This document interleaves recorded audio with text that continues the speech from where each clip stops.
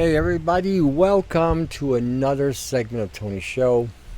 And tonight we are going to be so far over the map and under the planet and in the far reaches of the galaxy we won't even know where we're going to land by the time it's all said and done. I'm going to start off tonight. I had an incident today, situation. I had to go to U-Haul, I had to buy some boxes. Now, I have to understand that masks are not mandatory in Ontario. They're trying to make them mandatory. So I go into U-Haul, and they said, you have to wear a mask. I spoke Canadian, and I walked away. I said, no, I'm not wearing a mask, and I walked out. So I had to go to another U-Haul to pay a bill. And they said, you got to wear a mask. I said, no, you don't. This is not mandatory in Ontario. This is why you got to wear a mask. I said, well, I'm not wearing no mask. So how do you want me to pay my bill? Just send it, call it in. Right. So, I walked out. Again, get my cool. I said, you know what? It became perfectly clear to me what's going on. And I'll get into that in a little bit. So I had a plan. I needed boxes. So I went to another place that I knew about years ago, and I decided to go check it out. I walk in, no mask was required. I walked in and went into the store. And actually, they didn't have what I was looking for, but they had something else. So I picked up there, and I thought, well, what do you know? U-Haul did not have, we're being a bunch of ding-dongs. So I went to another store. Then they told me about another place, which I also frequented. And it slipped my head, so I went there, and guess lo and behold, I bought boxes. So it all worked out. And the point I'm trying to make here is this. Find places that will allow you to go in without a mask or gloves or any other ridiculous bullshit. We have a goofball in Windsor, Ontario. His name is Ahmed something or another. He's supposed to be some sort of doctor. He's an asshole. He has no authority whatsoever. He thinks he does. And this is the problem with authority that you all need to recognize. Just because somebody gets on television and says they're an authority doesn't mean they are. And just because they get on the television and try to propagate and promote some opinion. Opinions are like arseholes. Everybody has one. Just because you have an opinion doesn't mean you are an authority. I have an opinion as well. I have facts to back up my opinion as well. See, nobody should be mandated to wear something or go against, by force, to wear a muzzle. Now, Ahmed there may be used to seeing people wearing coverings along their faces. And perhaps that's what he's accustomed to. But we are in Canada. Oh, Canada. So we need to recognize the fact that in Ontario, the Premier has stated that they are not mandatory. So we need to take a stand on this, and every time we go into a shop, we have to specify that they are not mandatory in Windsor or Essex County. Now, there are some people that are afraid of their own backside, and I get that. I get it. Friends of mine were telling me about Kingsville today and the ridiculousness of the people in Kingsville. I mean, they need to grow the hell up. 5-year-old mentality in Kingsville. Really? They're worried about the Hispanic people coming over from Mexico that might spread the disease. They actually believe that this COVID actually exists. This is the interesting thing about it all. There is absolutely no evidence indicating that it even does exist. Now, let's just hypothetically state that there's a respiratory infection going around right now in North America, which I don't believe this is the case either. I think they're chemtrailing shit from the sky, simulating an outbreak or simulating a plague. That's my opinion on this. Now, it is in Windsor, Ontario. We're hitting in temperatures in the 90s. Now, for those of you who live in Windsor, Ontario that listen to my show, and if you're awake, don't take this personally towards you because you would know this. But weren't we all told in North America through the media and all the other things that once the temperatures reached a certain high temperature that the viruses would die? Anything above 80 degrees? Wow. We just passed the first day of summer 2 days ago. We're in our 90s. So why are we wearing a bloody mask if the viruses are dead? Think about it.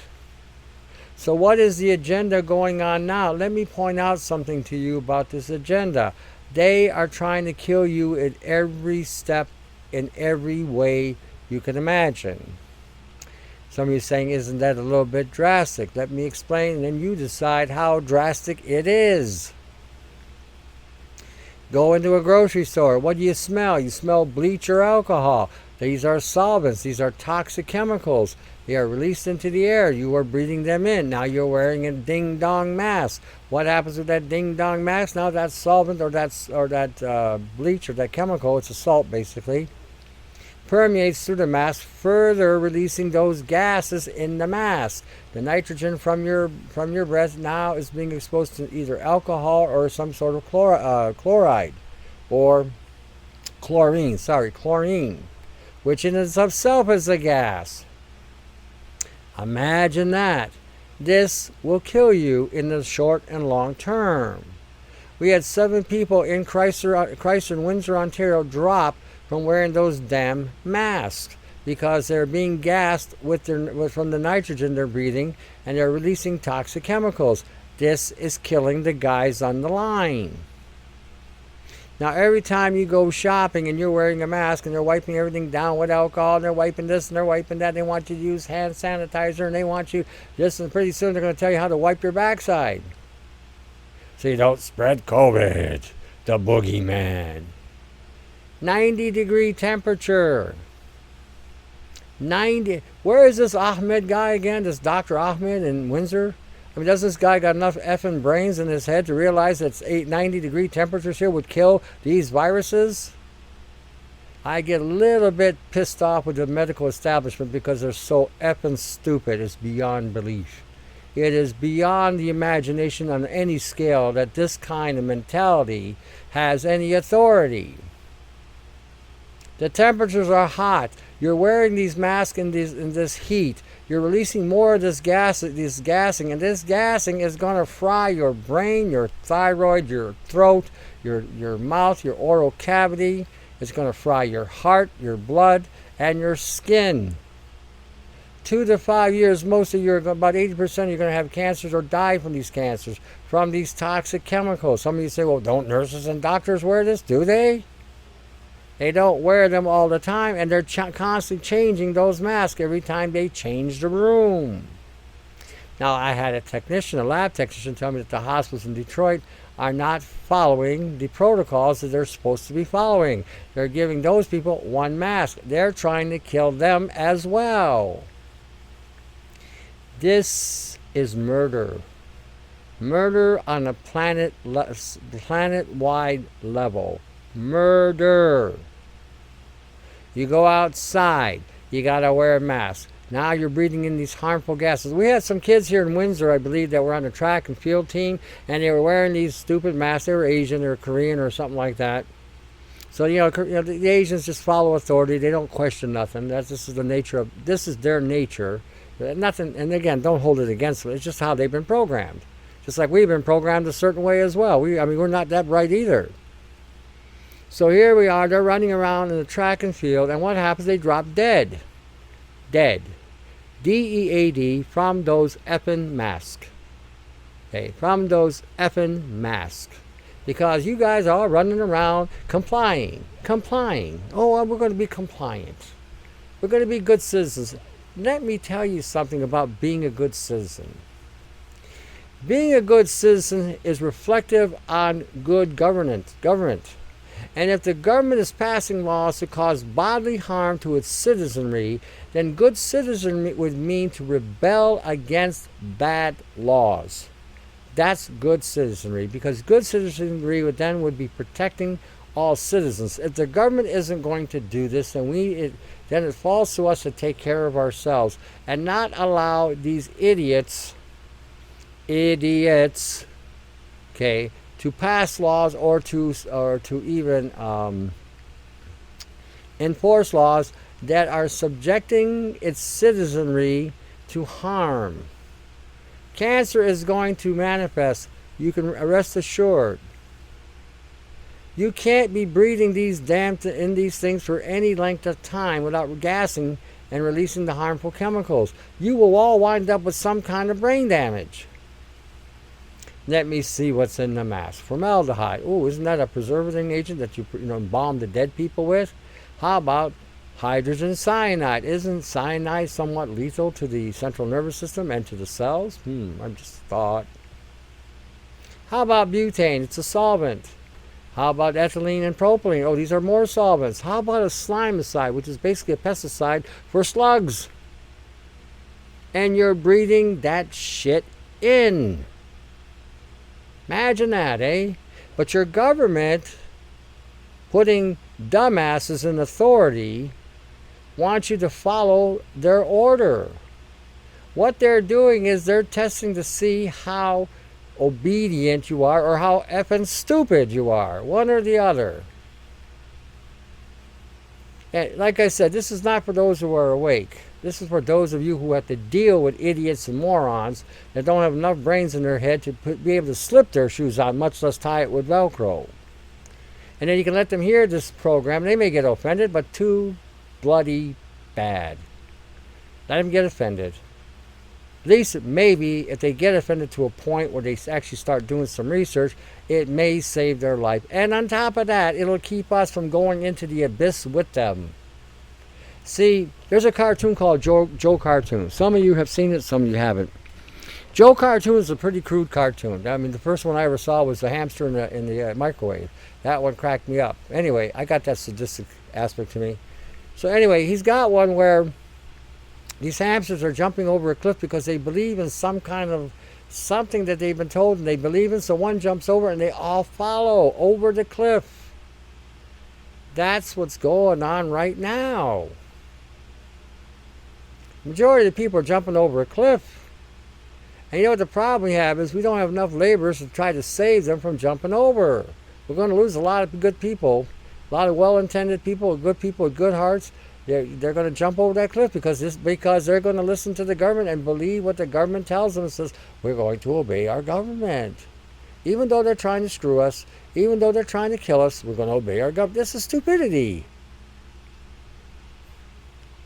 This is stupidity. You know, so in order to fight back, avoid going to the store. This is what they want anyway. See, the ultimate game here is if we quit going to the small business owners or business shops because you don't want to wear a mask, they'll go broke. They will go broke. Nobody goes to U-Haul. U-Haul will shut down. And as far as I'm concerned, good riddance.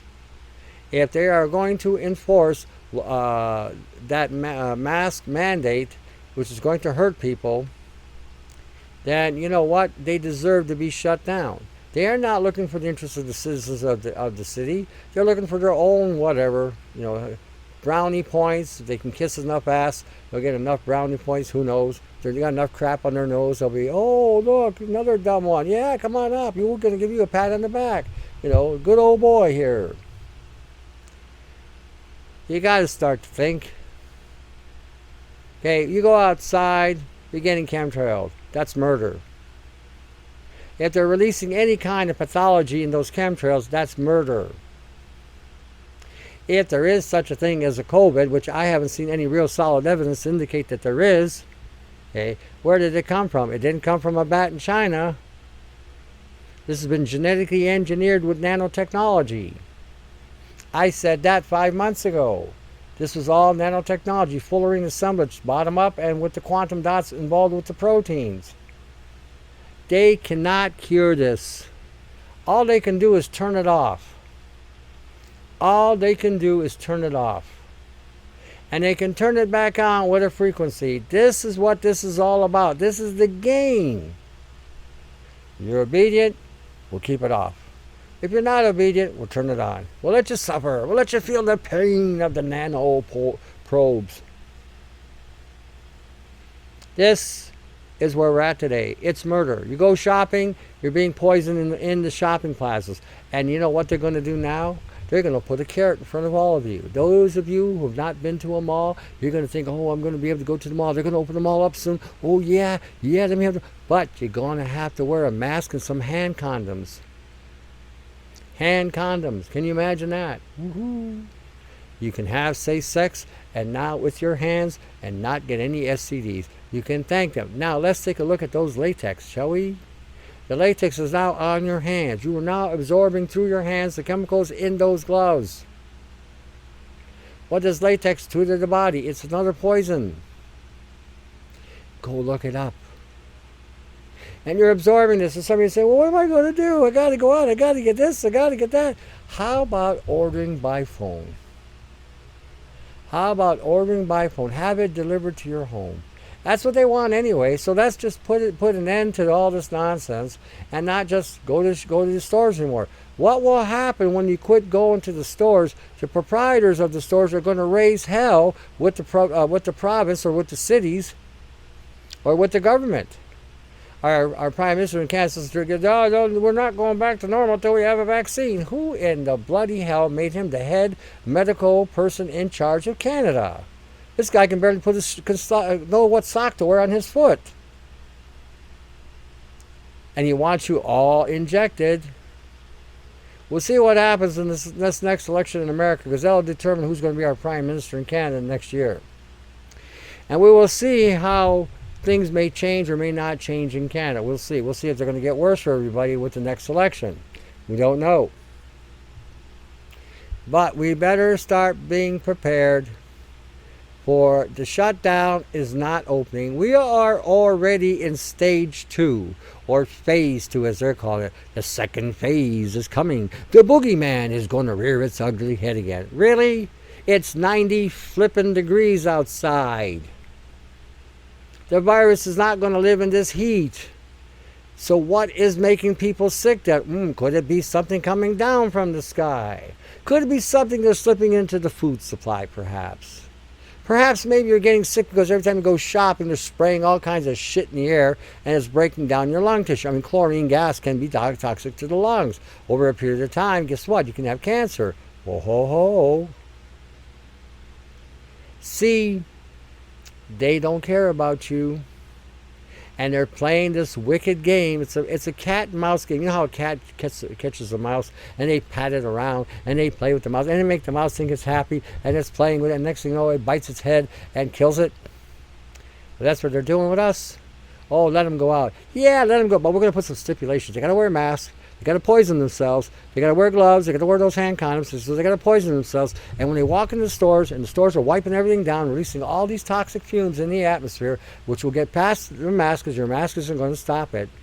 Ain't going to stop it. It's going to release more of those gaseous materials inside the mask, added chlorine and alcohol, a solvent. Ho, ho, ho.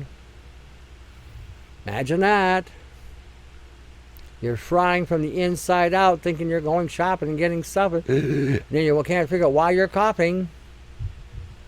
You're coughing because your lungs are breaking down from the damn chlorine, bleach, and the alcohol they're putting on everything. And those damn hands. Somebody told me today somebody was ludicrous enough to wash their latex gloves with bleach.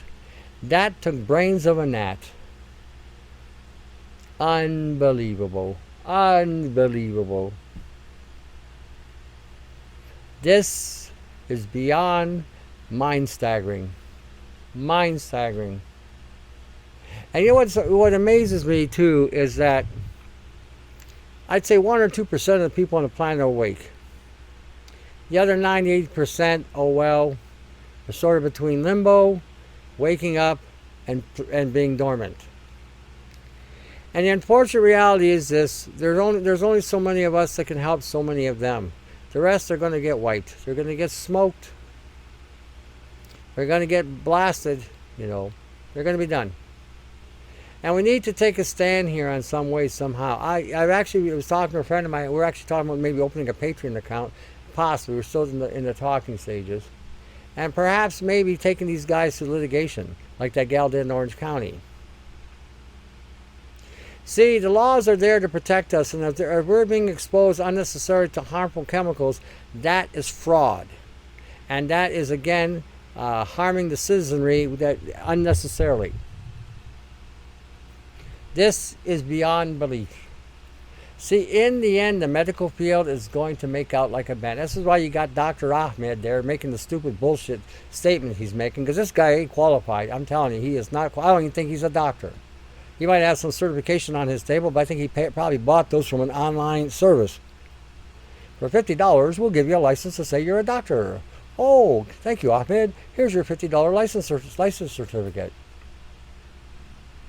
Any doctor, any first-year medical student would know that if we're out in this heat at 90-degree temperature, you don't need to wear a mask. You don't need to wear anything because the temperatures would kill the virus. Like I said, and you know what is the sad thing about this? We have a Middle Eastern culture in Windsor. Peaceful people, for the most part, mind their own business, do their own thing. They will listen to an ignorant ass like this and follow this bullshit, and then wind up getting sick. And then they'll go to the same idiot who will prescribe them harmful medications, and he'll kill them. That's how this rolls. That's how this rolls. You know, it's an unfortunate reality of time we're living in, but on one hand, it's the end of it. It is running its full course. And people's sacrifice is going to be up on the upside. These satanic demonics, these sons of Belial, sons of the cabal, are just now looking for willing sacrifices. People who don't think, who just walk into the valley of death and thinking that it's a good thing. Someone was telling me today about someone saying something about crystalline energies. I thought, you got to be kidding. They're following an artificial intelligence program and they don't even realize it. A lot of the New Age stuff is so beyond belief goofy, it's not funny. But when you actually look at it, you begin to realize the implications of a lot of the New Age stuff. This is all tied to worshiping AI and then being assimilated by AI. The energies and their frequencies, and we're going to elevate our frequencies. Oh, they're turning themselves into a transistor is what is happening. And they don't realize it. They don't see it, and they continue on. And unfortunately, it's going to take something severe before they wake up. That's the unfortunate reality in that. So I wanted to express this today and point out to you that we are all being targeted on some level. So we're all being hit with frequencies. We're all being hit with genetically engineered foods. We're all being hit with nanopoisoning. And now we're all being hit every time we go to the grocery shopping with harmful chemicals that can cause irreparable damage to the DNA. Imagine that. And we got Dr. Ahmed wanting to force people in the city of Windsor in the middle of summer to wear a frickin' mask. Unfortunately, he has influence over people in the Middle East. And in my humblest opinion, I feel so sorry for these people, because they're going to suffer unnecessarily because of this person. See, I have to refrain from speaking Canadian. Because boy, oh boy. Now I wanna show you a couple of things. It's going to be in tonight's show. First thing I want to talk about is George Carlin on language, soft language. People are always criticizing me because I'm using, salt of the earth language. Sometimes I use the word shit. Sometimes I use the word, hell, whatever, salt of the earth language. Language that people in the real world speak. He made a comment, and I was fascinated by his insight on this, because I said the same thing. If you speak eloquently to people today, the eloquence just puts them to sleep. The soft language just puts them to sleep. Now, I do believe that in order to convey a certain message to certain people, you have to speak their language. And unfortunately, most people speak the salt of the earth language that I am very familiar with. I call it speaking Canadian. So anyway, he made a comment about euphemisms and how Americans use euphemisms because they can't handle the truth. They have to soften it up so that they can, deal with it. He said back in World War I, when a soldier served in the military and he couldn't take any more, nerves were shot, his psychology was shot, his emotions were shot, they called it shell shock. Shell shock. Okay? And as time went on and the next war broke out, the term changed from shell shock, which really sounds direct and to the point and accurate, to battle fatigue. I'm tired of fighting. Big difference. And then after the next war came along, the terminology was post-traumatic stress syndrome. Okay? And so the language got softer. And he made a comment. Made a really good comment. Now he does, if you do go watch it, it's called George Carlin on language. I think that's what it's called. Anyway, I got the link. When you watch it, he's got some coarse, he's rough around the edges. So if you can't handle that kind of thing, don't go watch it. But he made a comment. If we had kept using the term shell-shocked, he said the guys in Vietnam would have been treated better. And you know what? A lot of good soldiers have come serving America, Canada, Australia, New Zealand, the great UK, Europe, even the ones that were in opposition. They served their country. And what was that all about? To send good men and women to go die for an ideal. For an ideal. So that somebody, somewhere, could now build a Walmart in that country. That's why people die. So we can now establish a Costco in those countries. We can establish a Walgreens in those countries. We can establish GM, Ford, and Chrysler in those countries. That's why men and women die. It's not because they're, evil empires. Some of them are evil empires, but they knew they were evil empires before they started trading with them. So what does that make them if who they're fighting is evil? What does it make them who trade with the evil empires? Hypocrites. That's what it makes them. So I was listening to the whole thing he said, and I thought, this is why I do my videos or my audios the way I do. See, most of us speak salt of the earth English. Most of us grew up with it. Anybody who grew up in a ghetto or a slum knows what I'm talking about. Anybody who grew up in a suburb, maybe they didn't use the language as much, but they know what it means. Our language has been completely distorted. And in a nutshell, our English language basically is all tied to something satanic. It's just the way we have been programmed. So when I saw what he was saying, how people in the slums are poor, they're just poor. And then the proper, generic language they use to describe people who are poor or people that get fired, and the terminology they use when they describe people who are no longer working for their employee or employer. The problem with most of us today, because of the way we've been programmed, we can't handle the truth. That's the bottom line. We cannot handle the truth, and as a result, when somebody tells you the truth, you literally shit yourself really hard. That's just the way it flows. And when we hear the truth sometimes, we'll either embrace it or we run because we're afraid. And I get that too, because that's how they programmed us.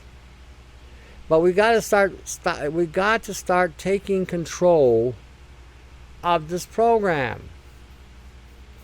Okay, we got to start undoing and deleting and deprogramming ourselves so that when we hear the truth and we can validate the truth and we can substantiate the truth, then we can walk in that truth.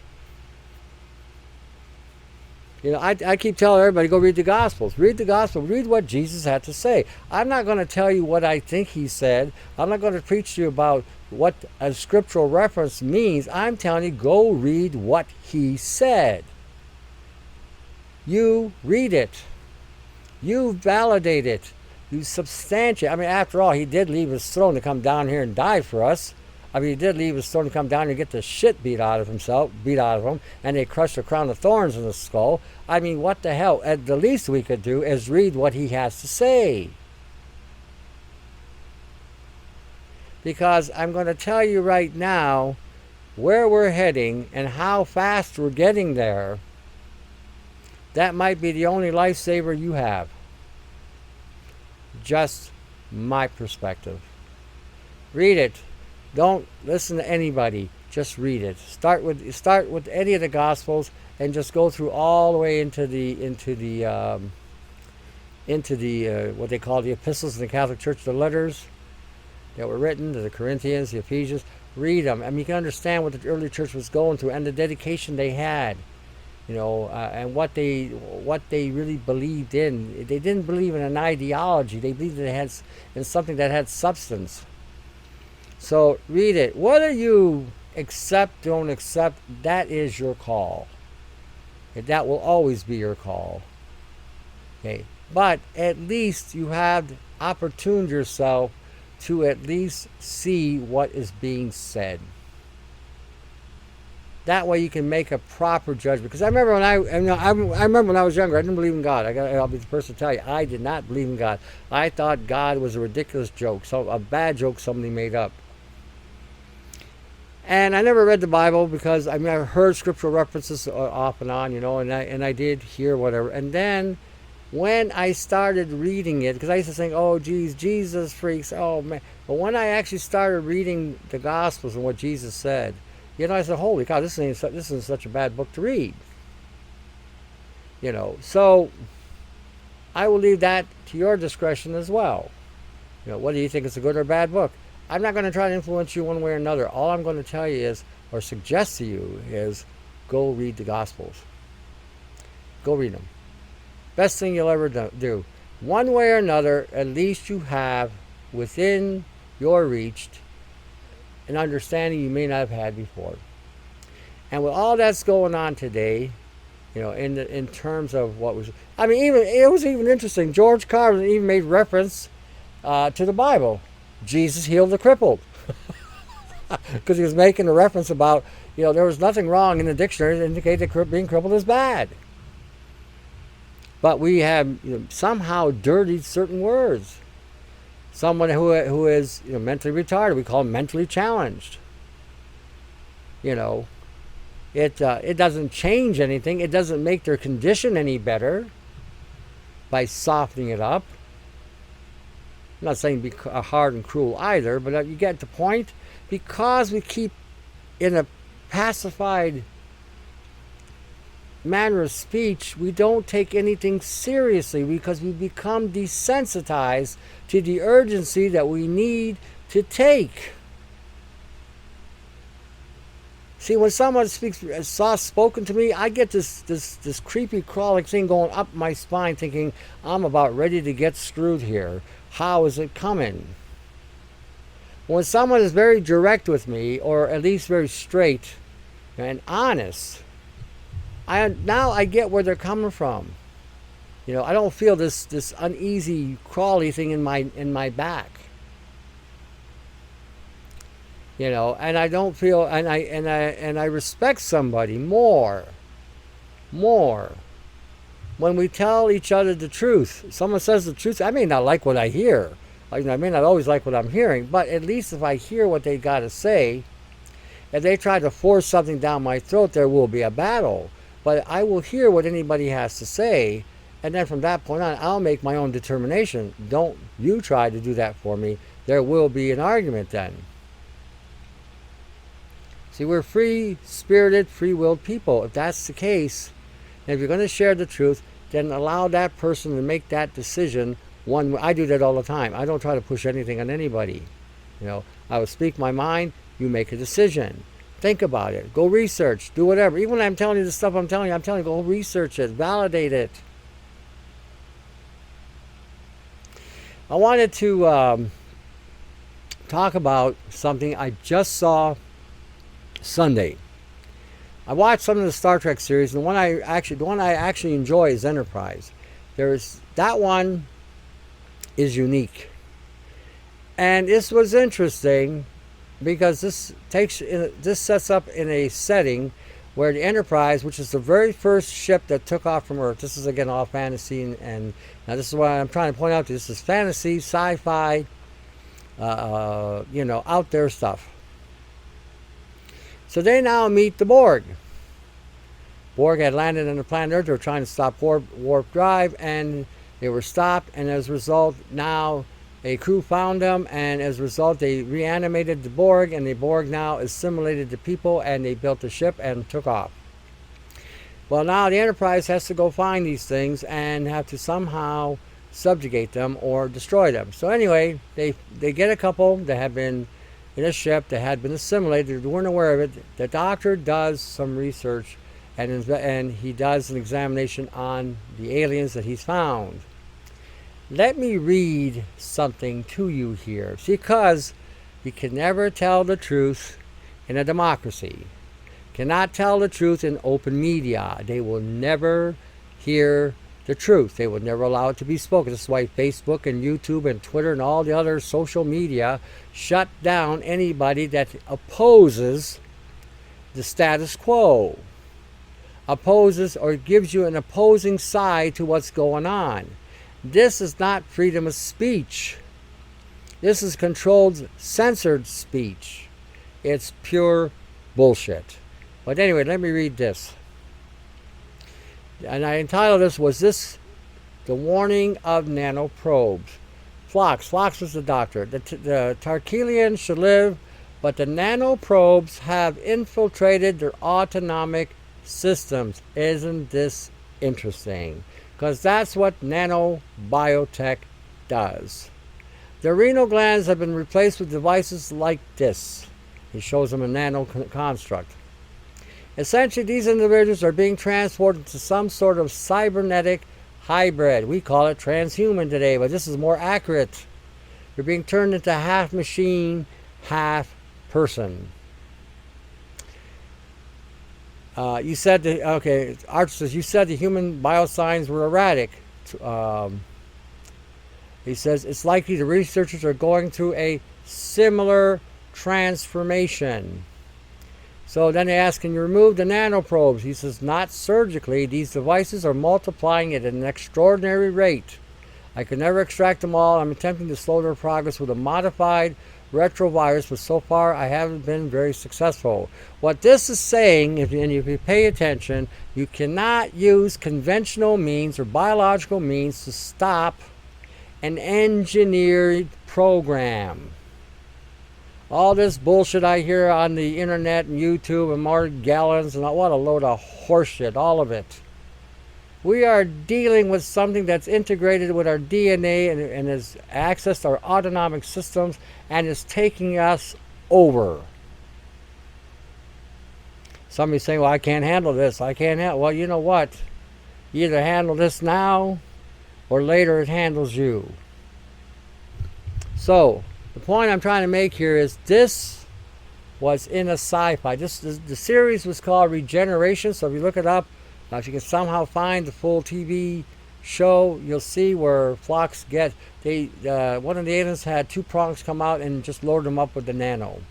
And that's how we're getting it as well. We're getting it internally through either the food we're eating, the air that's dropping down on us, smart dust, smart sensors, smart particles, through the soaps we're using, the hygienic products we're exposed to. Like I said, every time you turn around, death is at your door. Death is knocking on your door. Some of you can't handle that too. Well, you know, you'll either grow or die. That's simple. Like I said, I'm not mincing words anymore. I'm not being the soft-spoken, eloquent speaker.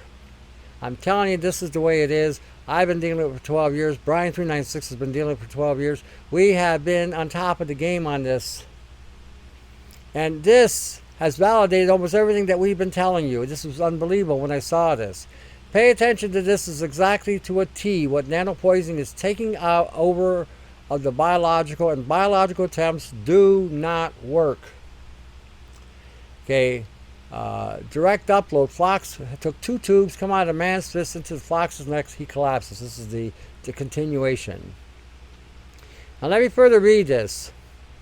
It said, they asked him how he was. Better than I anticipated. The nanoprobes seem to be having trouble with my immune system, but they're persistent little fellows. It won't be long before they adapt. They're adaptable. This is why you can't hit them with a direct assault. They will morph into something else. They will come up with a defense mechanism. This is what we have been telling you forever, and this is what's being expressed in this sci-fi. It is uncanny, the parallel in the truth that what this is saying. Well, and I never saw this before up until yesterday. We've been going along this path and not even knowing that television had already told us. Okay, television had already told us. Imagine that. It says, any progress for finding a treatment? Possibly. I've been attempting to treat the infection as if it were an infection. That's what I did initially. Then suddenly it occurred to me, this isn't a biological problem. I need to think like an engineer, not a physician. And that's how you all better start to think. You are dealing with a mechanized program that can access your DNA, insert itself, and then start to assemble to overload, overrun, and take you over. The Star Trek thing was the theme was how would you put it, drama. But essentially, what they were depicting, what they were saying is 100% dead on. They extracted several devices, subjected them to different forms of radiation. They're intramolecular processors. Now, get that?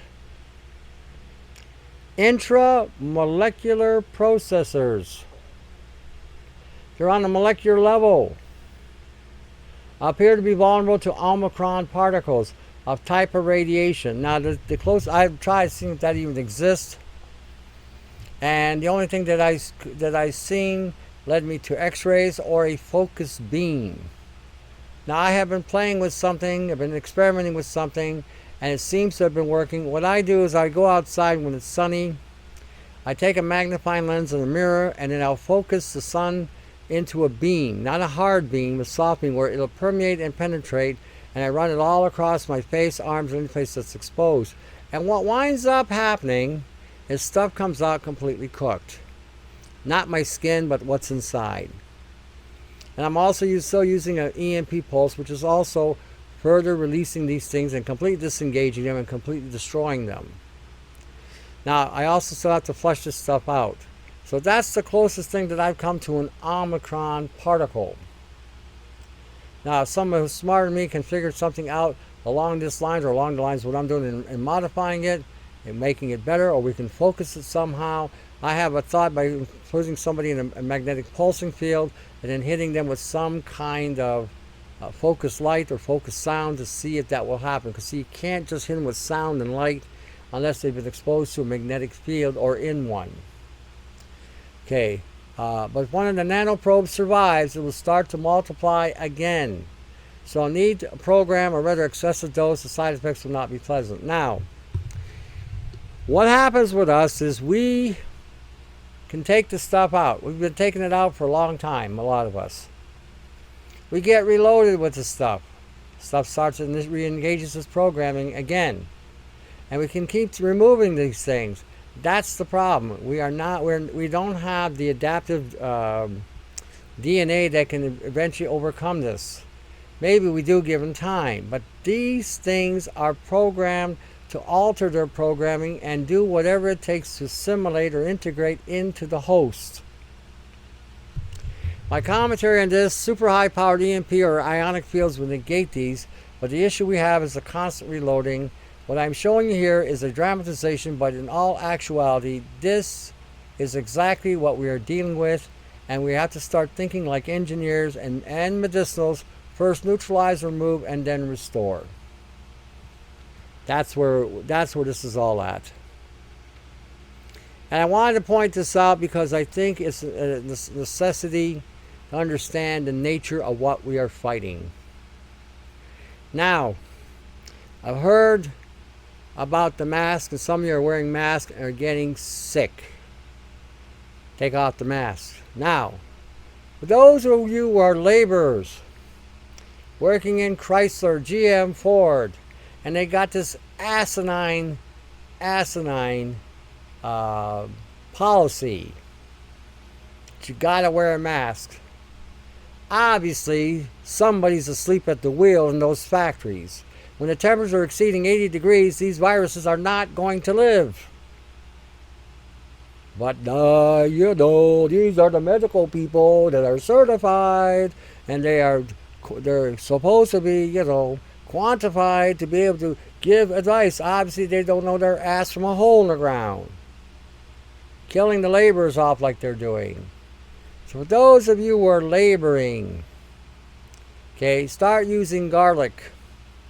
Garlic has L-cysteine. It's got 2 forms of it. This will boost your glutathione. Start using zinc and copper. They'll protect the respiratory and also produce SOD, which can protect the brain and the eyes.